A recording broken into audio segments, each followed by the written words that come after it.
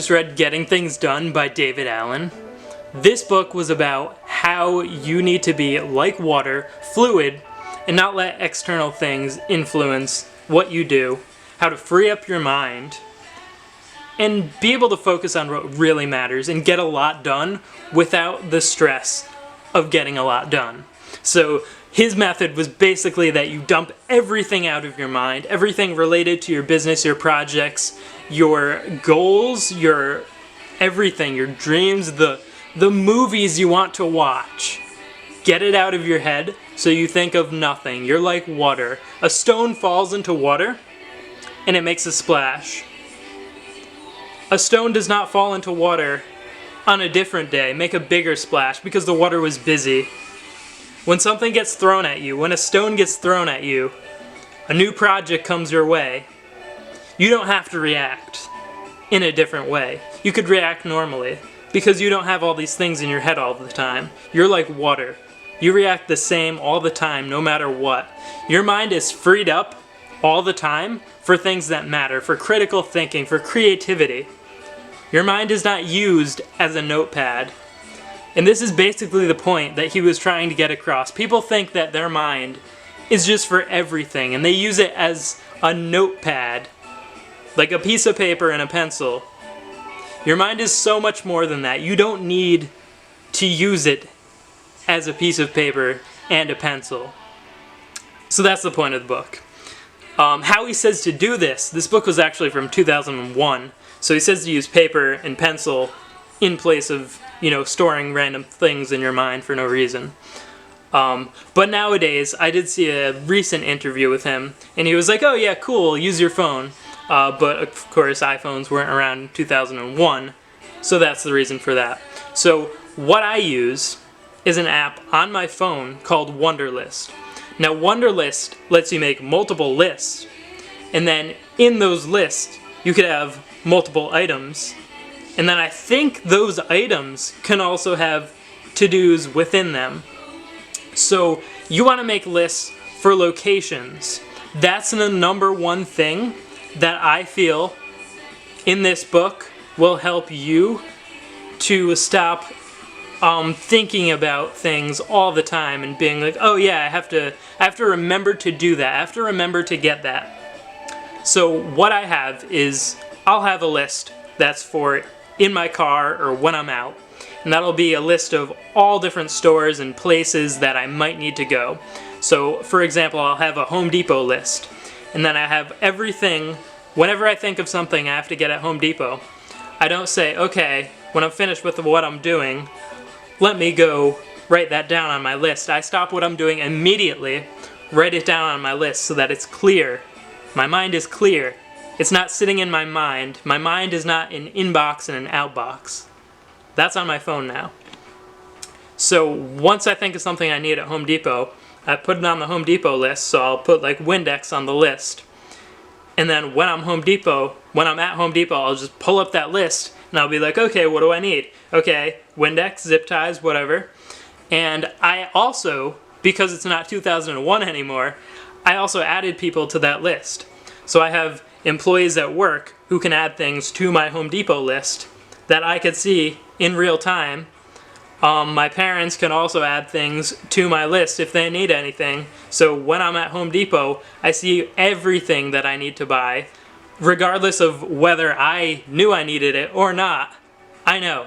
And then you could also do this with the other locations. So basically, if I have something that I want to transfer from work to home, I will put it in my car, or I'll put it like in a spot and then put on my list to take it when I leave. When I'm in my car, I check the in-car list and I see, oh, not only do I have something at Home Depot, I have to also do something at home, which is drop off this item that's in my car. So everything is always on a list. Now as far as other things like movies, that is just to completely clear your head and have things there when you need them. It doesn't have to be necessarily something you have to do. It could just be any thought, any ideas. He says you should make a someday maybe list, where it's not things that you're currently working on, but it's things you might want to do someday. And he says every week you should do a review and look over your someday maybe list. Maybe some will turn into projects. A project is defined as anything that is something you have to do, but requires 2 or more steps. So what you want to do is anything that takes 2 minutes or less, you should do right away. Anything that is 1 step, you should add to your list. And he also says to do, I don't believe he says this, but he basically explains the PDCA and the ABCDE, which basically plan, do, check, act, and ABCDE is basically like get everything in order, realize you don't have to do some of it you could push off onto other people, some of it push off onto other people, not the nicest way to say it, but basically ABC are most important, middle, and then least important, and then D is delegate, which is have someone else do it, E is eliminate, so realize what you really need to do and some things aren't really that important. So he says every week you should go over that as far as things that other people need to do as well. So that would be the D. That would be the D category. So anything you're delegating, you should have a list of all the things that are currently being delegated and all the steps that are being awaited. And then every weekend you check, doesn't have to be every weekend. He recommends Friday so that your head is clear if you don't work on the weekends. So you go over everything there. You remind everyone of things that they need to do if they haven't done it yet. So you're always on top of that. Always on top of that. You're always on top of looking at your someday maybes, turning them into projects when applicable, and things like that. So I did write some notes. I'm not very good at reading notes as I make a video, so that'll probably be a delay. But he says you should also have a calendar, and your calendar is holy. So you can't put anything on your calendar if it's not something with a defined date or time. So if you want to get something done from your to-do list, you do not put it on your calendar. Your calendar is only for appointments and things that are scheduled for certain days, certain times. So instead of having like a to-do list, you have a list of all your projects, and then you always have the next step. So anytime you add a project to your list, you need to also add what the next step is.